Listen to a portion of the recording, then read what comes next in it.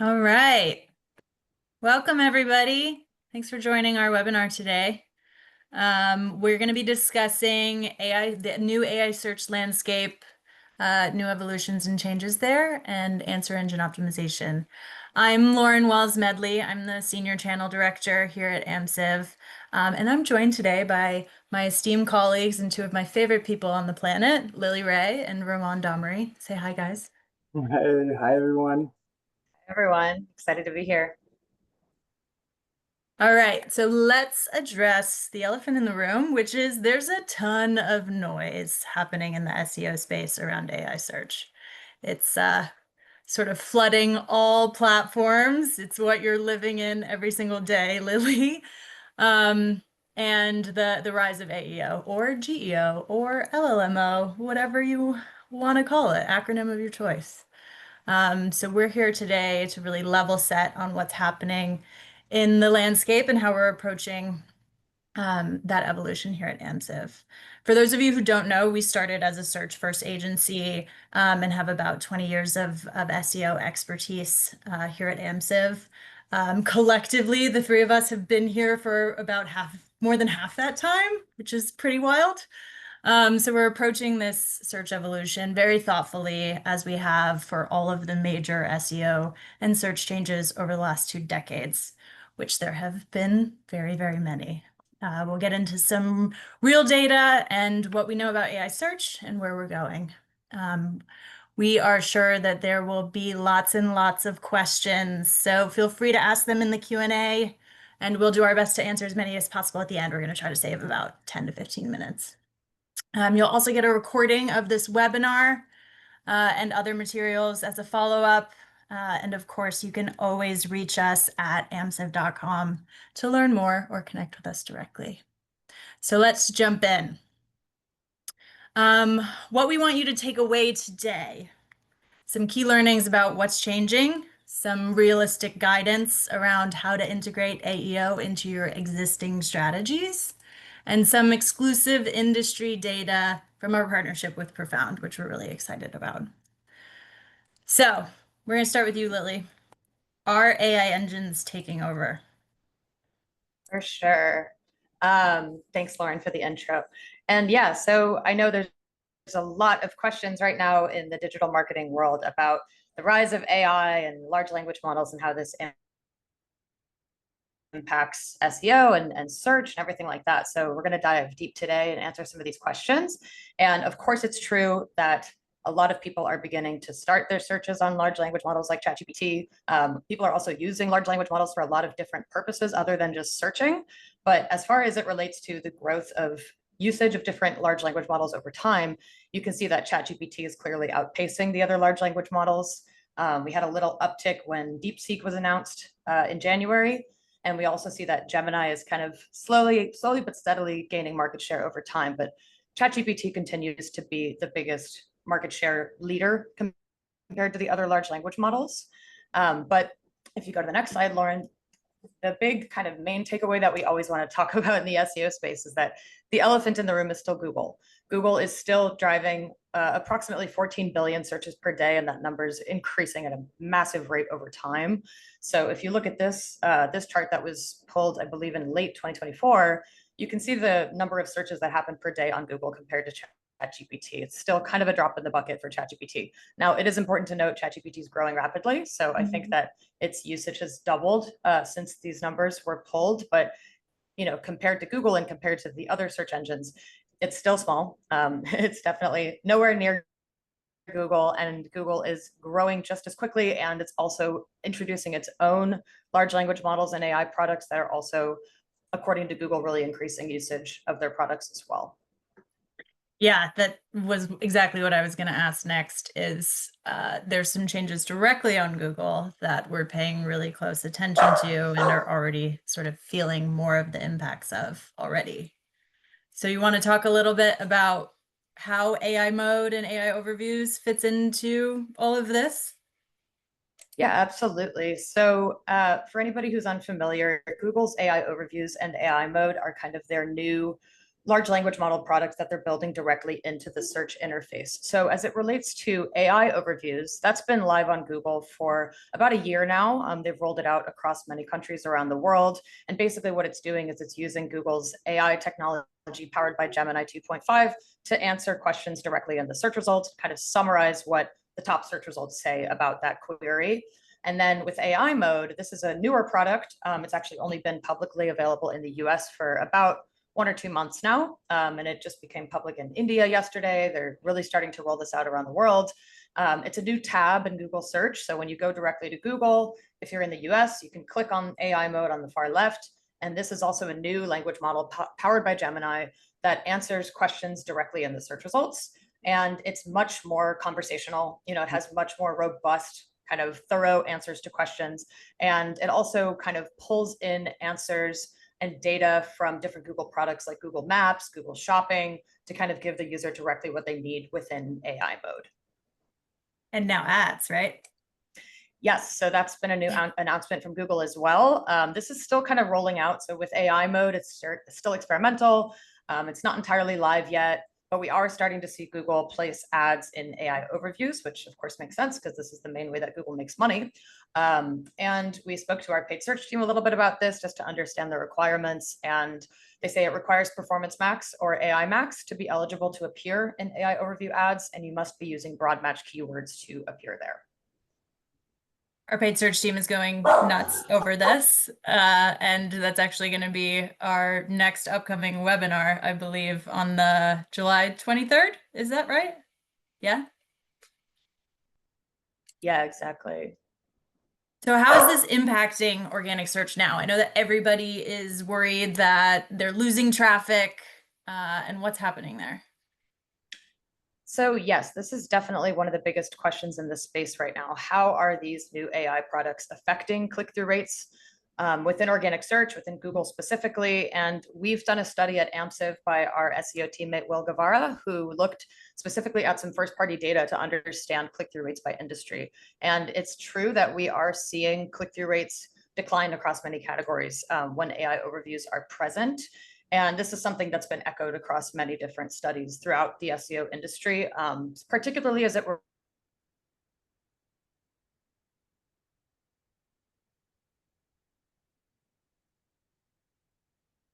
relates to what we call like informational queries answered by AI. Google's generally going to show an AI overview for that query, and AI overviews do tend to result in fewer clicks as users naturally are getting the answers to their questions directly in the search results. And this is another study on the right here that we pulled from SparkToro from Rand Fishkin. And what they showed, I think the main thing that we want you all to focus on here is that lower dark blue bar, how that kind of paces over time, because that's the percentage of searches that end with no clicks on Google. So I think the main takeaway to look at here is that blue bar really jumps between February and March. And that's because Google's showing more AI overviews. So more people are just kind of staying within Google's environment as opposed to clicking on external links when they have those AI overviews present. And the end goal is kind of for AI mode to become the default, right? Like Google have kind of like hinted at that, right? Maybe like a few years from now, like that's probably what's going to happen. So that's right. Google has been on record over the past couple of months, literally saying AI mode is the future of search. They said that at the Google I/O keynote, and they've also said that the things that users like the most about AI mode, while it's kind of in this testing phase, are the things that they'll plan to kind of incorporate into basically the default version of Google search going forward. So I think that that's really why it's so important for brands to be paying attention to this and evolving their strategies and their approaches to SEO to incorporate AEO and pay attention to their visibility here because it's not going anywhere. That's pretty obvious. It's only continuing to climb, and we are seeing that adoption increase pretty rapidly across AI engines. But really where we're seeing that immediate effect now is directly within Google itself. So shifting how we're thinking about things and tracking things is really, really important. And this is a new space for everyone, right? So early adopters who are starting to pay attention and track their visibility across these various different platforms and are willing to test and learn from new strategies and tactics are going to be the ones that win early and sort of remain sticky. Would you guys agree with that? Yeah, for sure. And they'll have a first mover advantage, right? It's just going to just get more competitive. So now is a great Mhm. time to really get serious about optimizing for AI chatbots for sure. But AEO isn't replacing SEO, is it? No, it's not replacing SEO. AEO is an evolution of SEO. It's a new way of thinking about SEO. And one thing we really want to convey today is that a lot of the work that we do in the SEO world is consistent with the work that we're going to be doing to appear in large language models. So if you want So to I jump think into we our want Venn to look diagram. at, yeah, I think we want to look at what is fundamentally those areas of overlap versus where we see kind of key differences. For sure, yeah. And it's kind of fluid. It's kind of evolving over time as we start to understand a little bit more about how large language models work and surface content and websites and everything. But we did want to kind of hammer home that, again, there's a lot of work that we're doing on the SEO front, like focusing on keywords, focusing on crawling and indexing, page speed, core web vitals, technical considerations like XML sitemaps and crawl budgets. And on the far right, on the AEO side, things have really shifted where we're much more concerned with conversational search. How are people prompting these large language models? What snippets and conversational kind of responses to questions are these large language models most likely to retrieve from our websites, and what are they saying about our brands? And even if people aren't necessarily clicking on some of the results, it's really important to be part of that answer, to make sure that your brand and your entities are kind of mentioned as part of that answer. Yeah. We also have fan out queries, which we'll talk about, but go ahead, Ramon.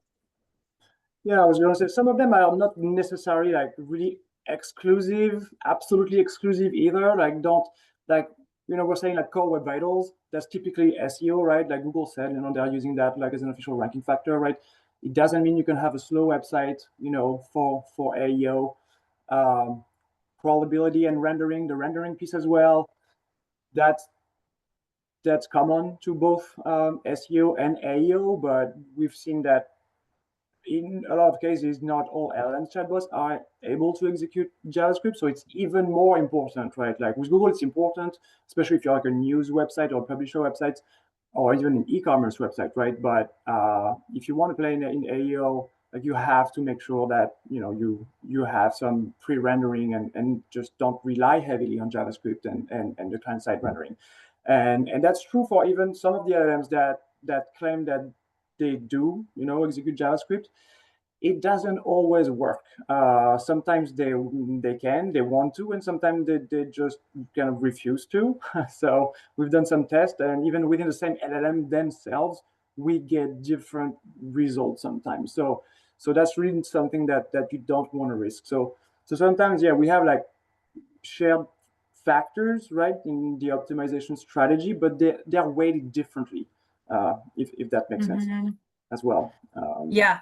And I would say even some of the like new AEO tactics also work in reverse and are beneficial for SEO still as well. Like we talk about how content should be more conversational because you are having these interpersonal conversations with these AI engines, and therefore you should be structuring your content in the same way. But in the traditional SEO space, we're seeing those conversational type queries translate over to traditional search because of this behavior change as well. So I think it very much, even though we have designated quite a bit of directly lands in that overlap gap, it's even some of the items that fall on either side that do actually kind of still support one another. Yeah, and one last thing I want to add here too is that, these large language models in many cases are pulling from search results, right? So being visible in search results is essential for visibility in the main large language models, right? Perplexity is looking at Google and Bing. ChatGPT is pulling from Bing. I've seen some links show up in ChatGPT that are obviously from Google. Like you have to be in the search engines and visible in the search engines too. to appear when chatbots are basically accessing search results. Yeah, I forget the percentage off the top of my head, but isn't it like if you rank on page 1, the likelihood that you appear in the AI overview is 25% or something like Right? that? If you rank position 1 on Google, Position likelihood is 1, yeah. 25%. Yep. All right. So Ramon, I want to pass this one to you, which is AI engines, as similar as they are in how we approach optimizing between AEO and SEO, AI engines are fundamentally different than search engines in how they gather information. Can you talk a little bit about that? Yeah, sure. So, I mean, just like Lily said, there's also some overlap. There's always so. But one of the important differences between SEO and AEO is really understanding how the chatbots fundamentally work and source their information, right? So that's giving us additional insights as to how we might be optimizing for them. So while the search engines like Google and Bing, generally they use their quote unquote live index to serve results, the chatbots are either looking within their own pre-trained and fine-tuned data sets or real-time external data sources, or usually a combination of both through a process that's known as retrieval augmented generation, or RAG. So on the one hand, like I said, there's the LLM's own core and pre-trained data. Like here, you can see on the graph for an example for GPT-3, which is the acquired, the static knowledge, right, without connecting to the internet, where most of the content discoverability for LLMs actually come from, right? So they come from massive data sets. So a huge one is the data from Common Crawl, which is an organization that crawls the web and freely provides its archives and data sets to the public. And that's estimated to be, as large as 62% here in the case of GPT-3. They're also sourcing from scrape resource heavy sites, which can be structured or not, like Wikipedia or large books data sets, like book corpus or LibGen for scientific papers, but also forums like Reddit or Stock Exchange that end up in different data sets themselves called web text. So that's their base, right? That's their core index, if you will. And then on the other hand, we have like external live sources that are leveraged through RAG, and so which is a technique that enables the LLMs to retrieve and incorporate new information. So with it, the LLMs they don't respond to user queries until they refer to a specific set of documents. If they feel like the query or the prompt deserves some freshness, for instance, or if the LLM doesn't know, or if there's ambiguity, so it's a more dynamic process, and that includes accessing, like Lily said, like search results. So Google in the case of Gemini, or Bing in the case of ChatGPT, or specific APIs or other external databases that they may or may not have like license rights to as well, right? And so accessing those as necessary to retrieve more relevant and up-to-date information, but also ground, as we said, the AI generated answer to reduce the hallucinations. And that's especially when specific content strategies and technical SEO also come in. And so that's what we're going to be getting into next. Yeah, so how does this change how we approach content, Lily? Yeah, definitely. And to Ramon's point, one of the things that makes Google's, especially AI mode, its new product really interesting is they can tap into the different kind of data sets and information that Google has to answer your question based on what they think you're really getting at when you ask that question in AI mode. So what Google's doing is, according to them, they're using what they call a query fan out technique, which basically breaks down your question into multiple subtopics and issues a multitude of queries simultaneously on your behalf. And that can come from any data source that Google has at its disposal. So that's why here you might see them tap into the knowledge graph or into real world locations or into weather. And what they're doing after that is they're actually conducting numerous searches simultaneously based on what they think you're kind of implying in that search result, or what they know about you and your search history. And so they're actually going to be able to personalize these results. They said that that's going to be rolled out this summer. So they can say, you know, based on this user's Gmail history or their search history or their personalization, what we know about them, we can also anticipate the best possible answer for them. So, you know, traditional search kind of looked at one keyword and kind of mapped that to the most relevant results. Now with query fan out, it's really anticipating what are the dozens of different queries that this user might have baked into that search, and simultaneously answering all of them in one question, one answer. Yeah, based on that intent and the follow-up queries that will come after. I think what's really interesting, and one of the things that I'm really excited about with this move towards AEO, is that it's no longer just about your website. Like, you also have to be considering how your brand appears across the entire web, because oftentimes it's not your website that's going to be cited. It's pulling from a million different sources to come up with the best possible answer. So I think we have some data here that, Lily, I'd love for you to take us through around some of the top cited domains across these different platforms. Yeah, absolutely. And we mentioned before that we're partnering with Profound. Profound is doing millions or hundreds of thousands of searches every day across different large language models and collecting the data to understand who's being cited the most in the answers, who's being linked to the most. So this is a visualization of what they're seeing with all of their tracking to understand who are the top cited domains across the different large language models. So with ChatGPT, we see that 47% of the time it's pulling from Wikipedia, followed by Reddit and Forbes and G2.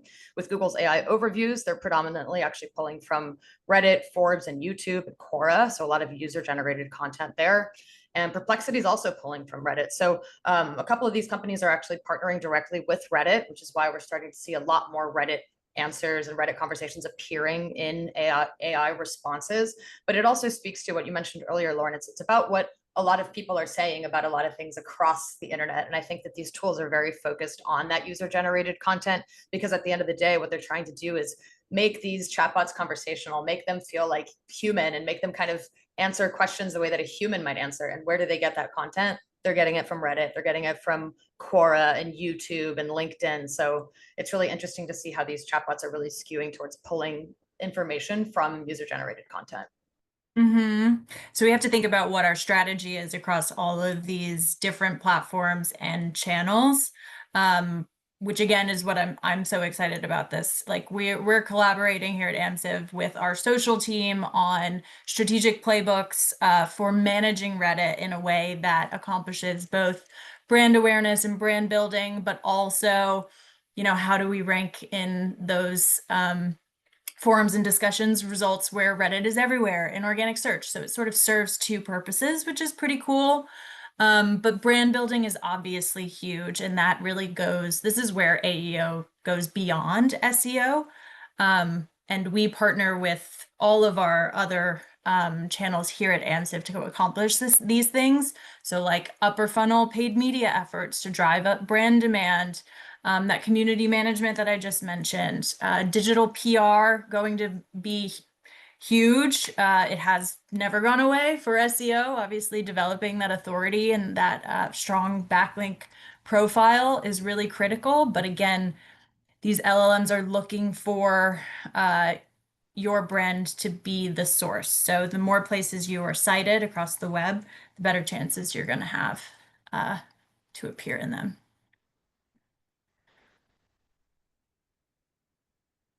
So now we're going to jump pretty quickly into some really specific and tactical recommendations. So I'm going to toss it over to you, Roman.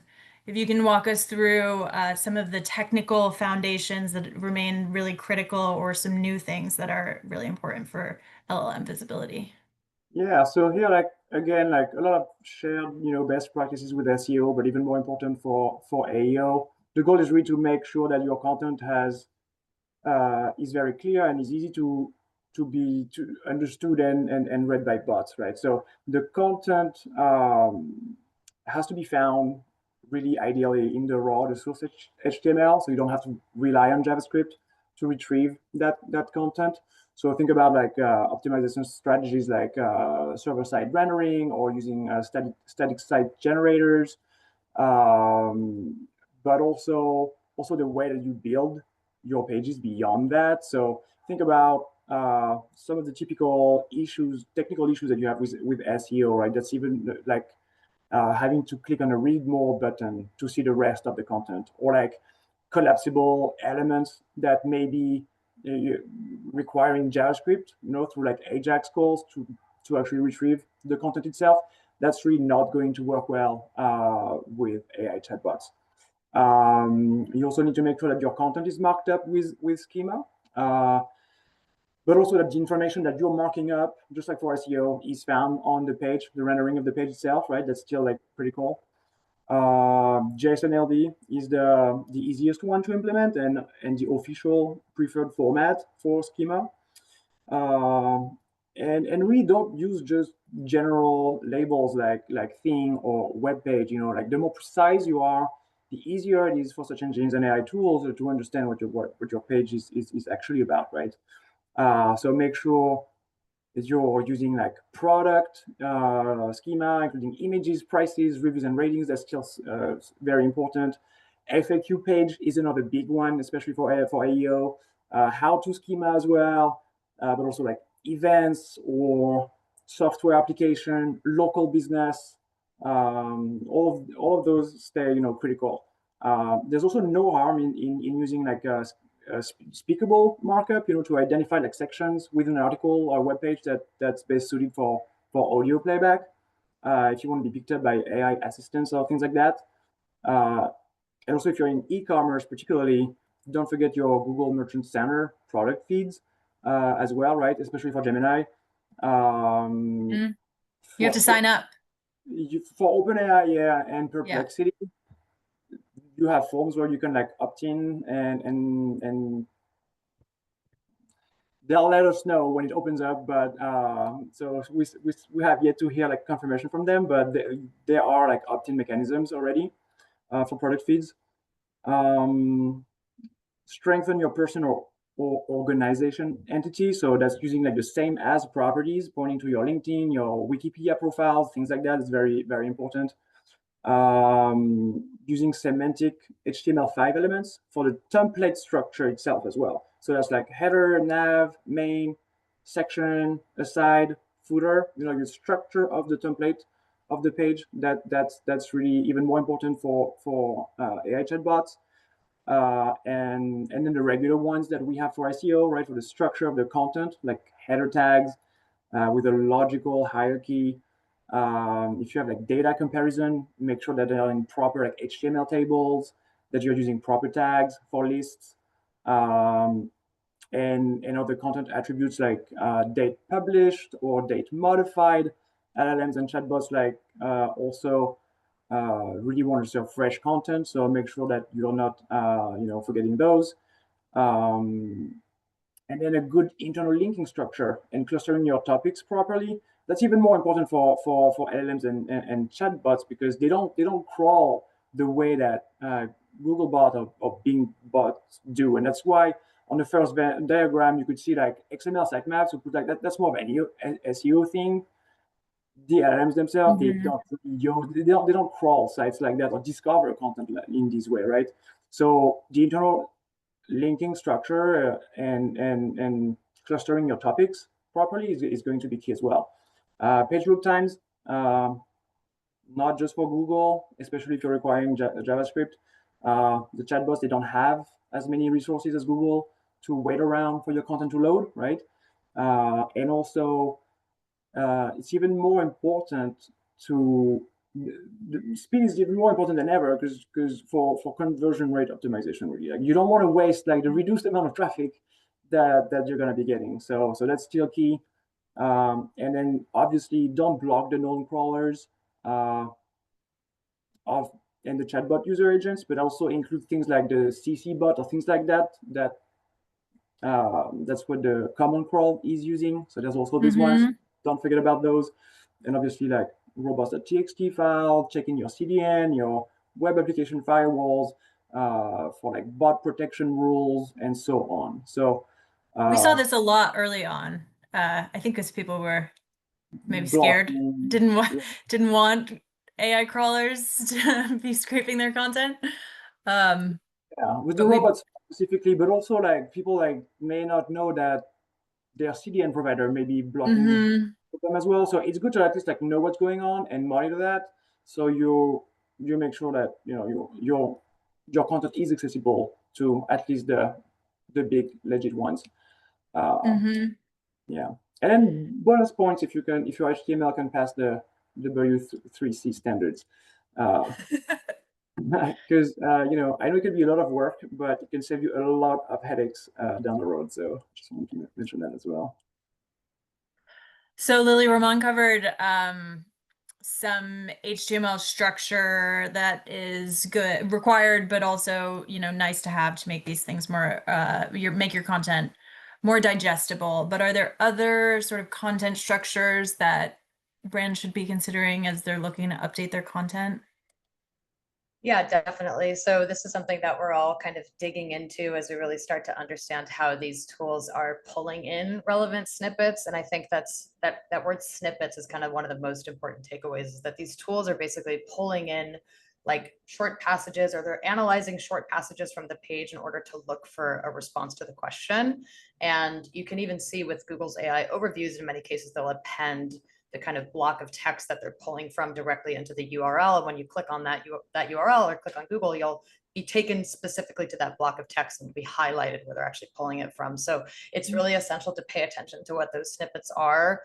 There's also some kind of new research in the space. There's a man named Dan Petrovic who does a lot of testing, and he's pulled in some data specifically from Gemini that shows that Google's AI overviews in AI mode are really looking at like an 160 character block of text to kind of look for the answer to that question. So it's really important to, if you're trying to target, an AI answer specifically, to look at what are those snippets that they're pulling in from your competitors, what are the facts and entities and everything that are mentioned in that answer, and can you kind of structure your own content to kind of match that or even be better than that. So like optimizing the key message within 160 characters, front load your strongest value proposition, like names and numbers and everything early in the headings. You want to have complete context-rich sentences that communicate the benefits of your brand. So even if it's truncated, the snippet still remains meaningful. Ramon spoke a lot about semantic and structural kind of HTML, but we're seeing that plays a big role as well, even sometimes like bolding the key entities or the key answer to the question.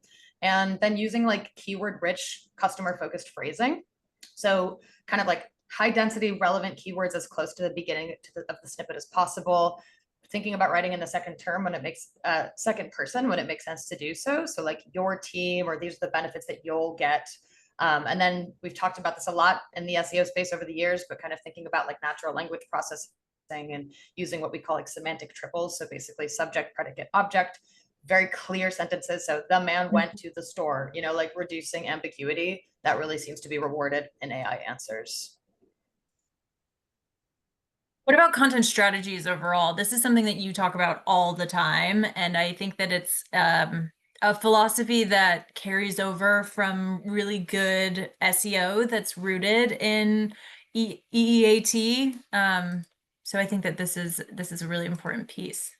Yeah, definitely. This is actually a visual pulled from a number of different conference presentations that I've done this year, because this has really been, I would say, one of the biggest takeaways in the SEO space this year, not just for AI search, but for SEO in general. Taking original content that you've produced, let's say survey data or statistics or something that you have that's kind of first party to your company, and then repurposing that into many different formats is a really great way to be visible both in search engines and AI search. Again, a lot of the times they're pulling from these more like conversational and user generated content type sites. So the more that you could take that content, repurpose it into many different formats. We also know that Google's AI mode is actually able to digest information from different, what we call like multimodal formats. So video, audio, podcasts, images, everything like that. So taking that original content and going out there and doing podcasts about it, they can use YouTube videos and transcripts and podcasts to kind of factor into the results, making sure that it's talked about on Reddit, having supporting visual references that can help to show up in Google Lens, for example. Perhaps you can do presentations about it and upload your presentation slides to something like SlideShare. You can do a long video that's published to something like YouTube and then splice it up and publish it on TikTok and YouTube Shorts and Instagram Reels. And then, of course, just kind of echoing that throughout social media. So large language models are pulling a lot from LinkedIn. They're pulling a lot from Medium and Hub Pages and X and Blue Sky. So like the more that you can kind of put that information out there and have people talking about it, the more chances you have to appear in AI responses. This touches on all the things that we love, right? It is, I think about citations and the likelihood to be cited in the same way that we have thought about SEO content marketing for a long time, that's rooted in developing content that's shareable, that's going to be linked to as a source for different data. So that original research is really important. But then it also touches on what we were talking about before with, the need for this integrated multi-channel approach and really getting the most bang for your buck here. Like, let's do more with less. Let's do the research once and repurpose it across the web in all different formats. Absolutely.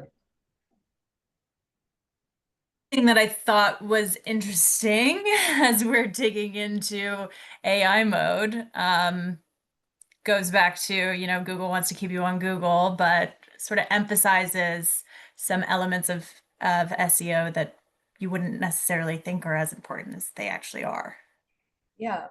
Yeah, we were a bit surprised, I would say, to see this. The extent to which Google is really pulling from Google Business Profile and Google Maps, specifically in its AI mode results and responses. So what that means is that, for example, here, I typed best companies for life insurance, and Google's AI mode is recommending a handful of different companies, but that dotted underline means that they're not linking to an external website. It's not linking directly to those companies' websites. It's instead embedding a Google Maps result for that business and also geolocating it to where I'm searching from.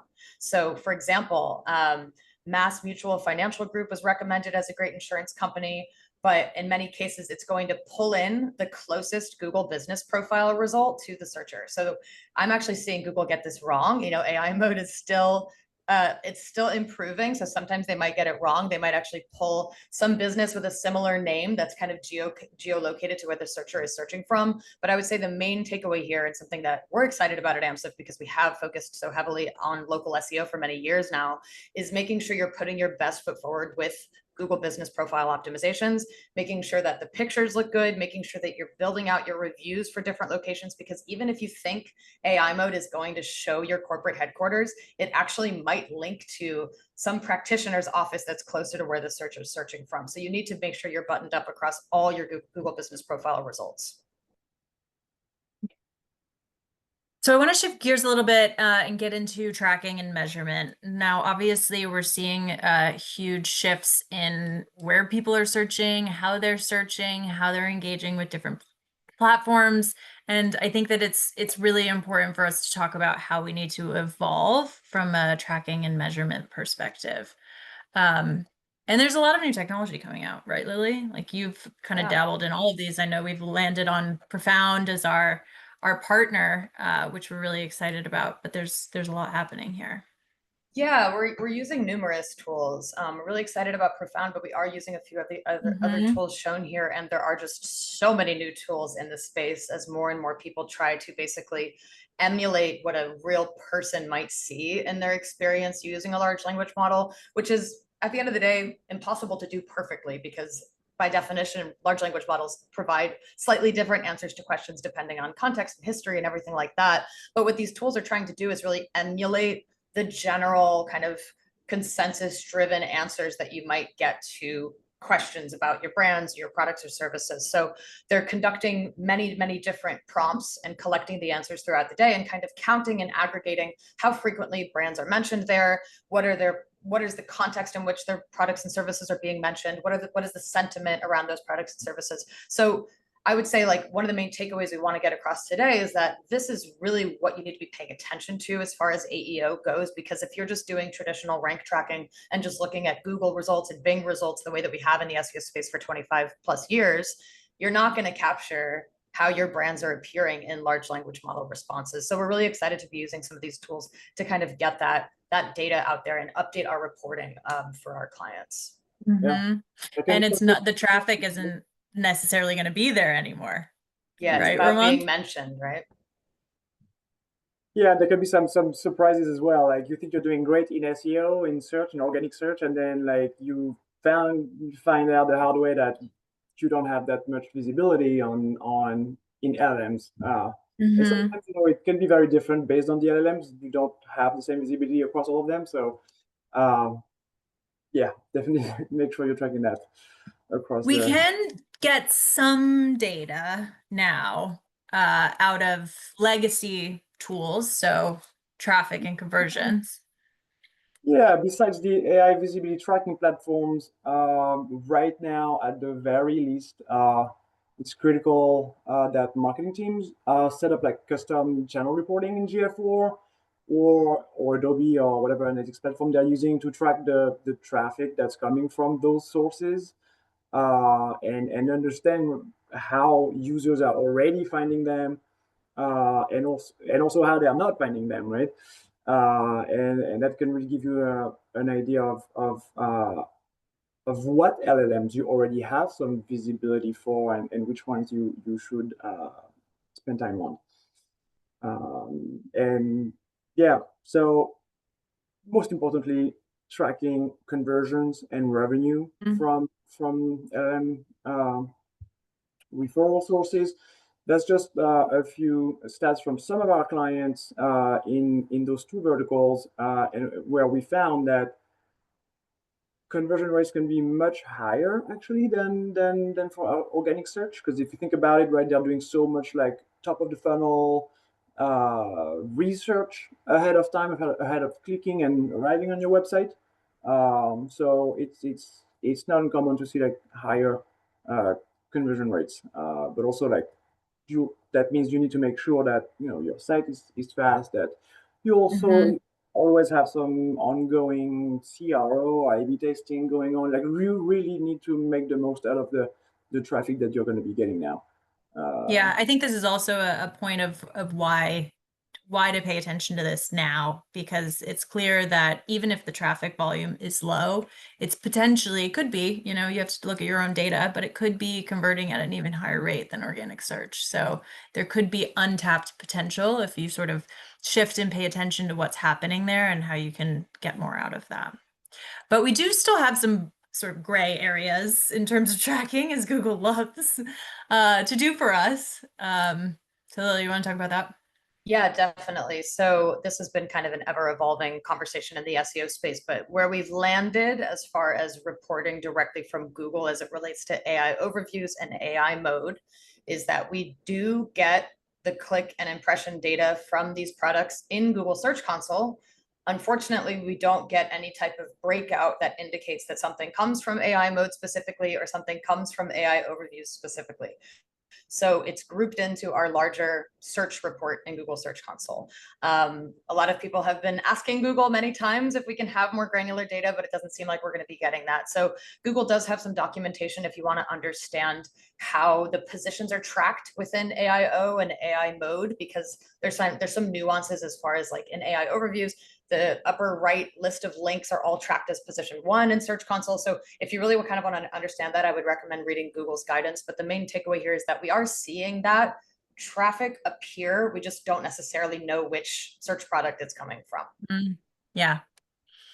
All right, so I want to get us into some of the specifics. We got some really great data from our partner, Profound, related to specific industries. So I want to get through that. But Ramon, real quick, you want to give everybody an overview of Profound and our partnership with them and how we're going to be using their platform for our clients? Yeah, real quick, that's definitely our AI visibility platform of choice. Where we track, brand names, products, services, everything across like 4 or 5 different large language models simultaneously, even internationally. If you're doing business in, outside of the US, that's not a problem at all. Yeah, it gives us a lot of insights into the platform specific performance that are really crucial for an AEO strategy development, especially considering that, as you've seen, like each LLM platform kind of pulls from slightly different sources. So you need to be tracking all at once if you want to be successful. Cool. So let's get into some of the data that they were able to graciously provide us with. First up, we have a look at banks and credit unions as the vertical. Yeah, so what I'm going to be doing here is just showing some of the types of insights that we are working with as it relates to Profound data. So this is kind of high level information about share of voice and visibility within the category. And what we're looking at is combining visibility across 4 different large language models. I believe it's AI overviews, 5 actually large language models, AI overviews, AI mode, Perplexity, ChatGPT, and Copilot. Those are the 5 that we're looking at. So it's kind of aggregating how many times these different brands are mentioned across those large language models for thousands of queries and prompts that Profound is looking at every day. So here, this is one visualization that we have that looks at the trends over time as far as which banks and credit unions are the most visible in the space. And you can see that Bank of America is the market leader, followed by SoFi, and then Lightstream and Capital One. But this is just one of many of the reports that we're kind of paying attention to as far as like who's being cited the most within each category.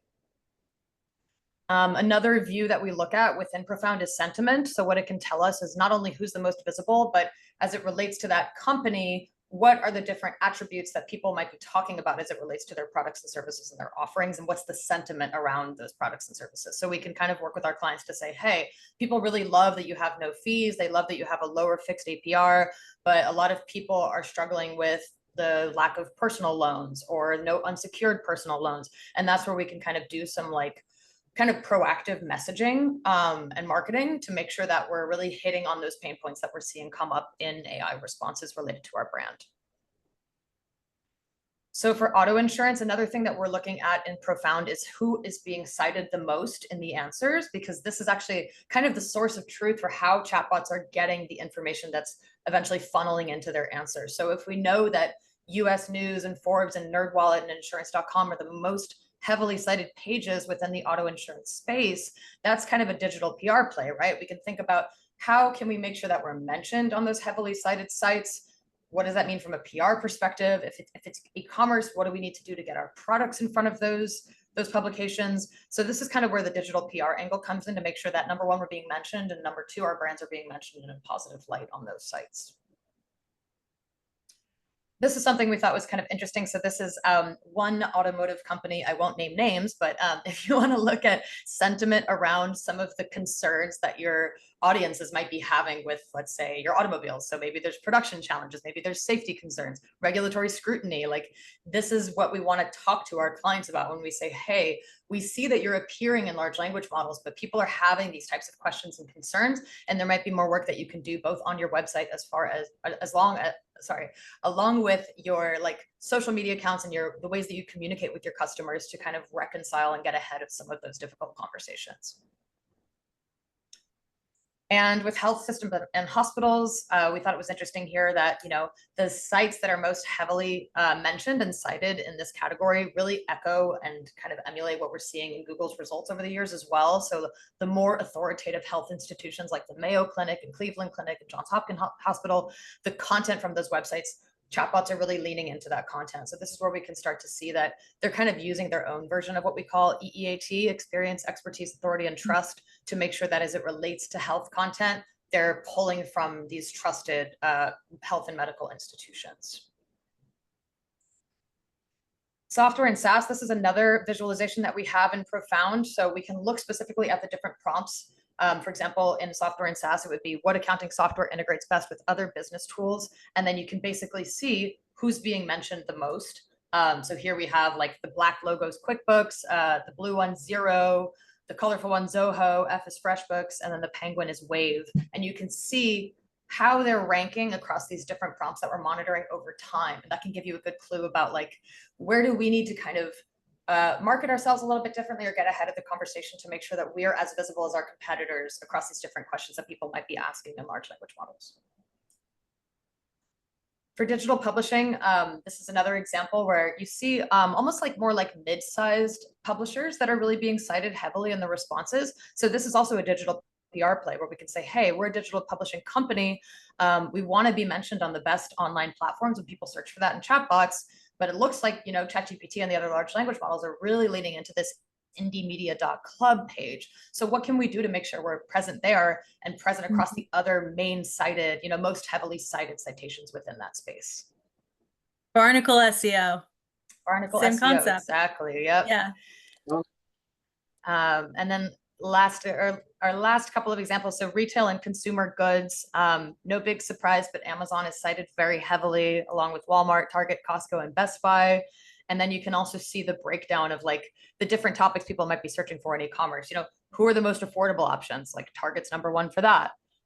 Best online shops for consumer goods delivery. Amazon's best for that. So you kind of get this like consensus around the different questions and different attributes that people might be asking about your products and services. And then lastly, just another view of in the higher education and ed tech space, you can see who's trending over time. And it's interesting to see here, like Harvard really started to take off in the last few days as the most visible site in this space. But again, these are very authoritative institutions. Obviously, we're looking at like a content from a lot of like Ivy Leagues and major universities here. So it looks like large language models are also really tapping into, as it relates to like higher ed and ed tech, like more authoritative content from these trusted websites.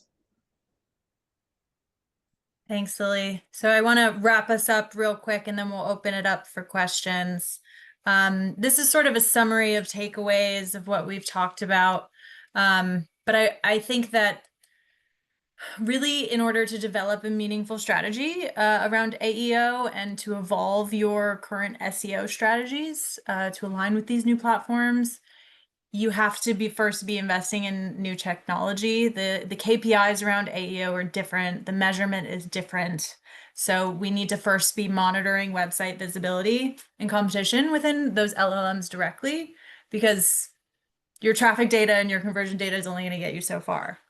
Because oftentimes people are not going to click. It's just about your brand being visible. Don't abandon your traditional SEO strategies just yet. The foundation is very much still rooted in those SEO best practices. As we saw earlier with our Venn diagram, there's so much overlap that very much that foundational SEO still matters.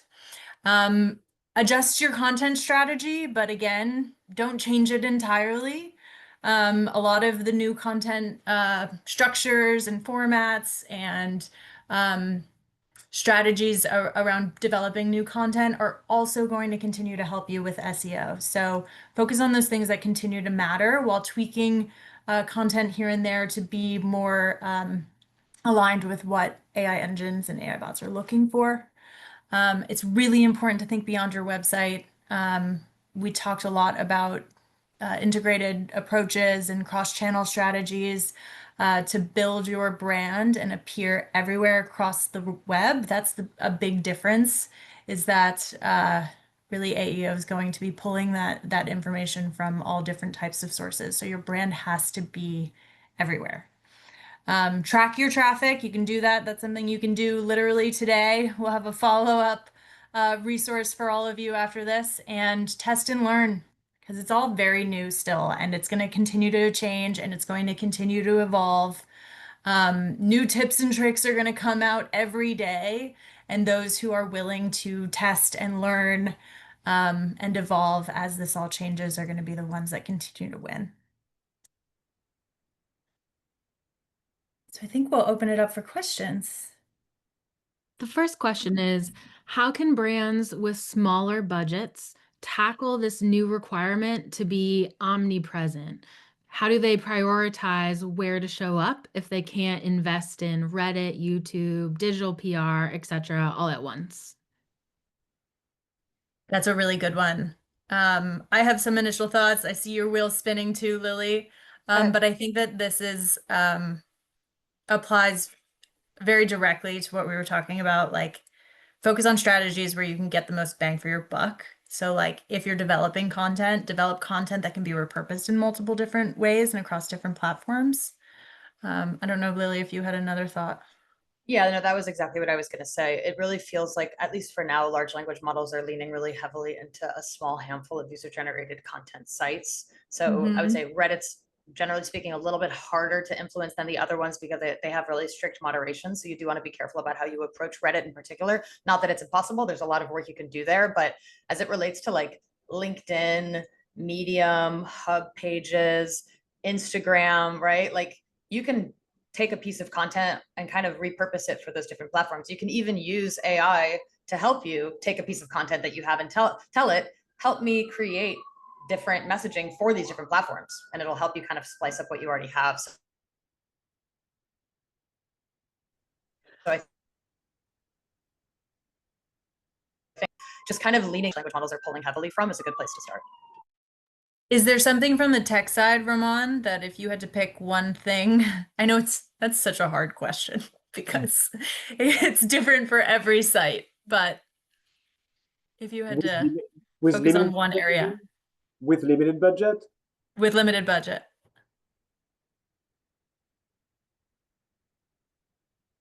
I mean, I think there's so much you can do just by optimizing your site architecture, Yeah. your internal linking, your template structures. Like that Hmm.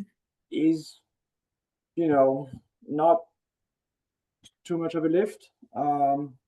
So I would definitely start there.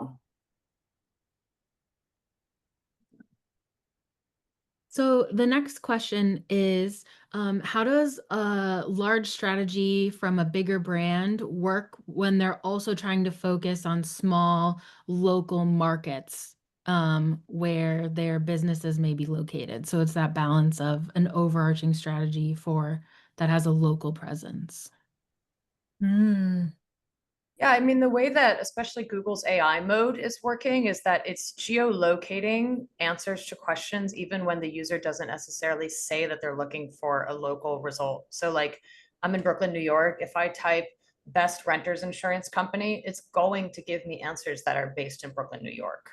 So, even if you are a national company or multinational company, if you have those kind of like localized business listings or that content that speaks to local audiences, a lot of the times the AI tools are going to pull that up for the user depending on where they're searching from. Hmm. And if it's like hugely multi-location business, the citation management tools and platforms technology is critical to do all of that at scale.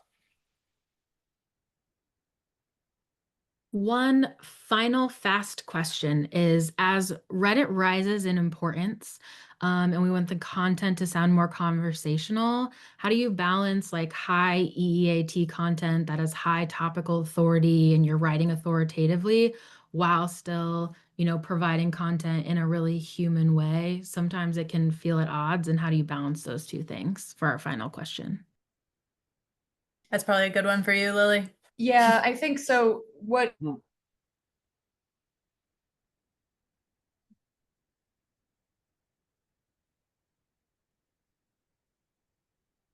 especially what Google's doing with narrative doing is supplementing that with Reddit, because a lot of times people who, let's say, have a medical condition might be going on Reddit and talking to others in their community that suffer from the same medical condition. So they're trying to also showcase that information. So I would think of it more as like supplemental to the work that you're already doing to get high quality, trustworthy information out there. But think about what are the conversations that real people are having, because there's always going to be that mix of authoritative content and user generated content in the answers. And I think that there's a place also for firsthand experience articles in those types of situations. So having that really highly authoritative, more like thought leadership type content balanced with maybe, individual customer stories, those sorts of things, alongside also the UGC that's happening offsite as well.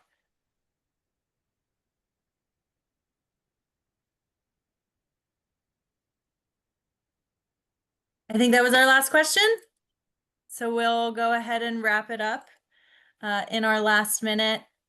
We just want to say thank you all for joining us.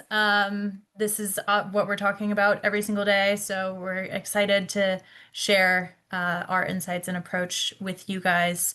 We'll be sharing this webinar on demand and the materials via email. I sort of teased that there'll be some other resources that we share out afterwards. But if you want to learn more or get in touch or talk about your search strategy, come talk to us. It's what we do every day, and we're all very passionate about it. So thank you all for joining us, and hope everyone has a good day. Thanks, everyone. Thanks, everyone.